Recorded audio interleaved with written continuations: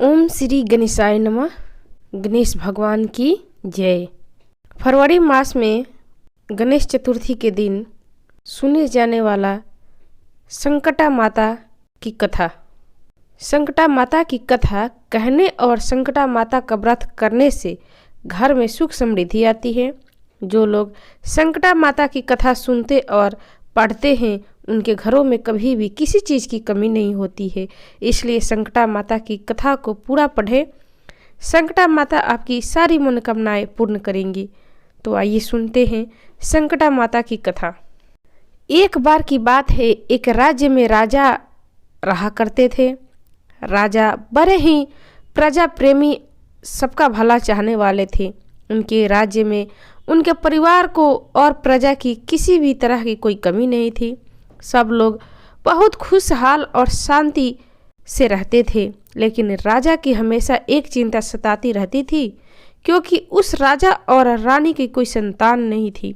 एक दिन राजा सुबह सवेरे सैर पर निकले, तब एक औरत अपने घर के बाहर झाड़ू लगा रही थी। राजा को देखकर वो बोली कि हे भगवान, आज सुबह सवेरे कैसे वंशहीन आदमी का चेहरा दिखा दिया। आज का दिन तो बहुत ही खराब जाएगा। राजा ने यह बात सुनी, अनसुनी करके अपने महल में वापस आ गए। राजा पूरे दिन इसी घटना को याद करके दुखी और परेशान हो गए। रात के भोजन के समय जब उनकी रानी ने उनकी चिंता का कारण पूछा तो उन्होंने कुछ नहीं कहकर बात टाल दी। लेकिन जब रानी के बहुत बार पूछने पर कि राजा जी, आपको क्या चिंता सता रही है, आपको किस बात की परेशानी है, तो राजा ने अपनी रानी को सुबह वाला घटनाक्रम बता दिया। राजा की बात सुनकर रानी को भी बहुत दुख हुआ कि वह अपनी प्रजा की देखभाल करने में कोई कमी नहीं रखते, लेकिन फिर भी उनको संतान न होने की वजह से लोग उनका चेहरा देखना अशुभ मानते हैं। राजा की परेशानी की वजह से रानी भी चिंता में आ गई और यही बात रानी के एक दासी ने पूछ ली। रानी साहिबा, आपकी चिंता का क्या कारण है? वह क्या चीज़ है जो आपको परेशान कर रही है? रानी ने उसे टालना चाहा, लेकिन दासी की बहुत आग्रह करने पर रानी ने अपनी सेविका को राजा के साथ हुए वह सब बात सुना दी। इस पर रानी की सेविका ने उन्हें विश्वास दिलाया कि आप मेरी बात मानो और जैसा मैं कहती हूँ बिल्कुल वैसा ही करते रहिए। तो इस पर रानी ने अपनी दासी की बात मान ली। रानी की दासी ने अगले दिन पूरे राज्य में मुनादी फिरवा दी कि रानी गर्भवती हो गई। इस पर राजा बहुत खुश कर ढेर सारे उपहार दिए। जब राजा रानी से मिलने गए तो दास जी ने उन्हें रोकते हुए कहा कि आप जब तक रानी के बालक नहीं होता तब तक उनके कक्ष में प्रवेश नहीं करेंगे।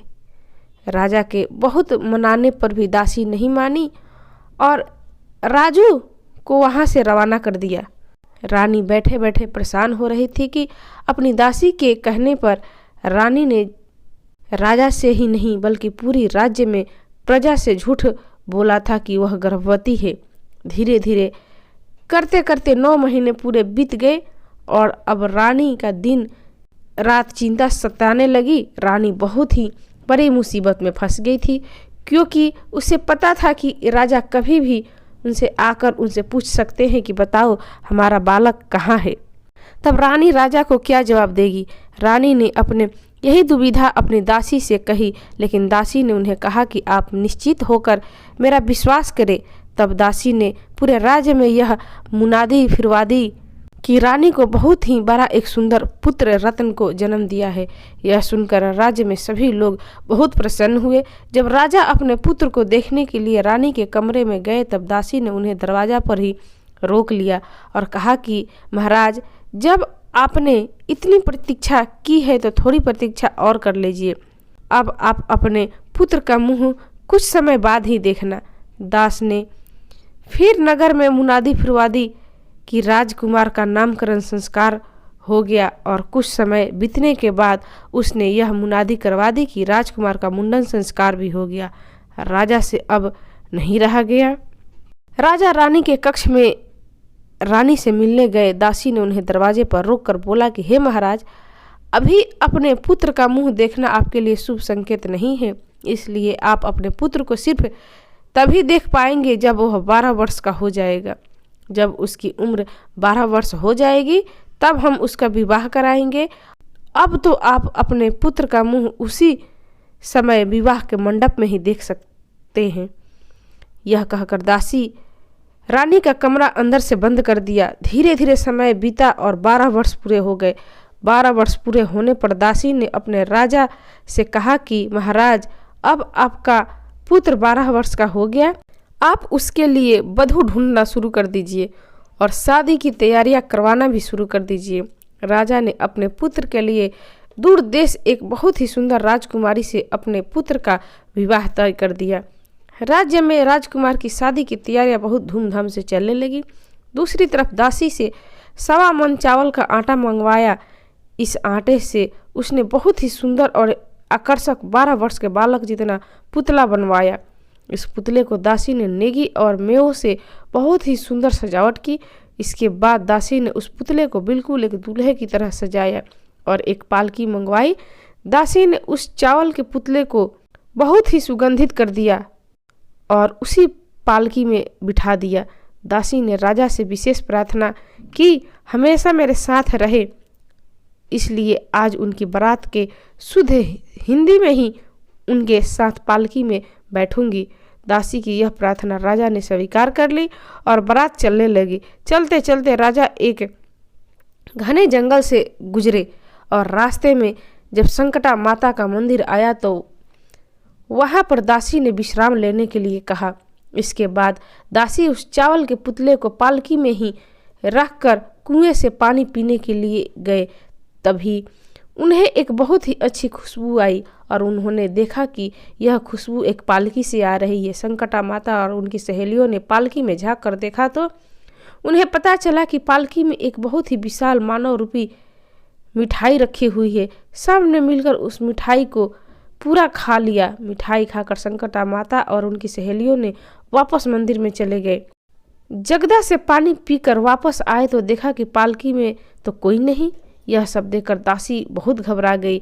वह संकटा माता के मंदिर में जाकर जोर जोर से विलाप करने लगी, माता लौटा दो ये बेटा, लौटा दो ये बेटा। दासी का विलाप सुनकर संकटा माता प्रकट हुई और दासी ने माता से कहा कि माता लौटा दो ये बेटा, लौटा दो ये बेटा, लौटा दो ये बेटा। तो माता ने कहा कि अब मैं तुम्हें बेटा कहाँ से दूं? और मिठाई बहुत सुगंधित थी तो मैं उसे खा गई। लेकिन दासी ने विलाप करना नहीं छोड़ा। तो संकटा माता ने उसी की बात मानते हुए कहा कि ठीक है, मैं तुम्हें एक बेटा देती हूँ, लेकिन मेरी एक शर्त है। कि दासी ने बोला कि माता बताओ आपकी क्या शर्त है? तो संकटा माता ने कहा कि मैं तुम्हें एक बेटा जरूर दूंगी, लेकिन 24 घंटे के अंदर मैं अपना बेटा वापस ले लूंगी। दासी ने माता की बात मान ली और संकटा माता ने अपने चमत्कार से दासी को एक बहुत ही सुंदर 12 वर्ष का बेटा दिया। इतना अप्रितम सुंदर बालक देखकर दासी तो आश्चर्यचकित हुई हो गई। बालक को पालकी में बिठाकर जब वे सब विवाह स्थल पर पहुंचे तो राजकुमार को चौरी में बैठाया गया। तब दासी ने राजा से कहा कि महाराज, अब आप अपने पुत्र का चेहरा देख सकते हैं। जब राजा अपने राजकुमार के पास गया तो अपने बेटे का इतना सुंदर और भव्य रूप देखकर आश्चर्यचकित रह गया।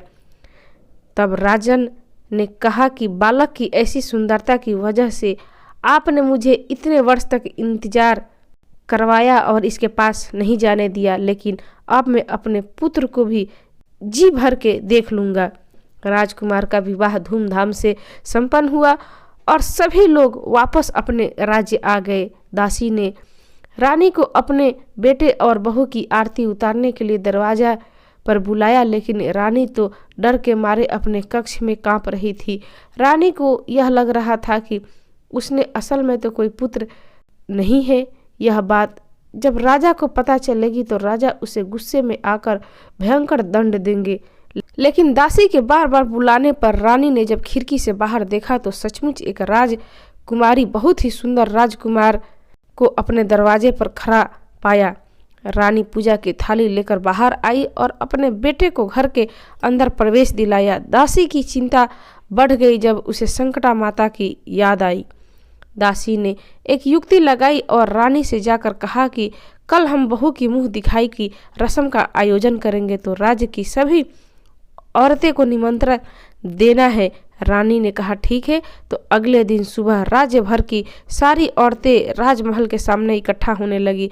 दासी ने बहू को खूब अच्छे से सत्संग समझाया कि तुम्हें हर स्त्री को पैर छूने हैं, चाहे वो स्त्री किसी भी वर्ग की हो, वह किसी भी जाति का हो, तुम्हें हर स्त्री का पैर छूकर जब तक अर्थरी अखंड सौभाग्यवती भव पुत्रवती भव का आशीर्वाद ना दे तब तक तुम किसी के पैर बिना छुए मत रहना। बहू ने ऐसा ही किया। मैंने सारी औरतों के पैर छुए और सबने बहू को अखंड सौभाग्यवती भव पुत्रवती भव का आशीर्वाद दिया। लेकिन देखा कि दूर एक पेड़ के नीचे एक बुढ़ी और बहुत ही मीले कपड़े पहनकर चुपचाप बैठी है। उसके पास भी गई और उसके पैर छूकर आशीर्वाद लेने की कोशिश की। तब उस बुढ़िया मैया ने बहू को सुखी रहने और खुश रहने की आशीर्वाद दिया।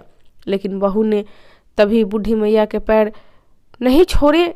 सबड़ी मैया के मुंह से अचानक निकल गया अखंड सौभाग्यवती पुत्रवती भव। इतना कहती दासी वहां भागते भागते आई और बूढ़ी मैया से बोली, हे माता, हमने आपको पहचान लिया है।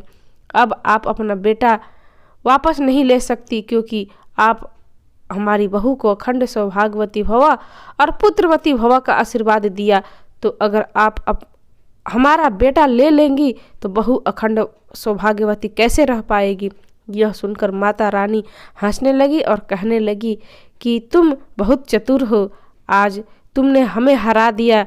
इस प्रकार दासी, रानी, राजा और बहू सभी सुख समृद्धि से रहने लगे। जिस प्रकार आपने रानी को पुत्र देकर उसे संकट को दूर किया, दासी की प्रार्थना सुनकर उसके संकट को पूरा किया, उसी प्रकार आप हमारे जीवन के संकट को दूर करके हमारा जीवन भी सुख समृद्धि से भर दे। तो एक बार प्रेम से बोलिए, संकटा माता की जय। तो ये थी हमारी आज की प्रस्तुति। आपको कैसी लगी? अच्छी लगी तो इसे लाइक करना, शेयर करना, मेरे चैनल को सब्सक्राइब करना। कथा सुनने के लिए आप सभी का धन्यवाद।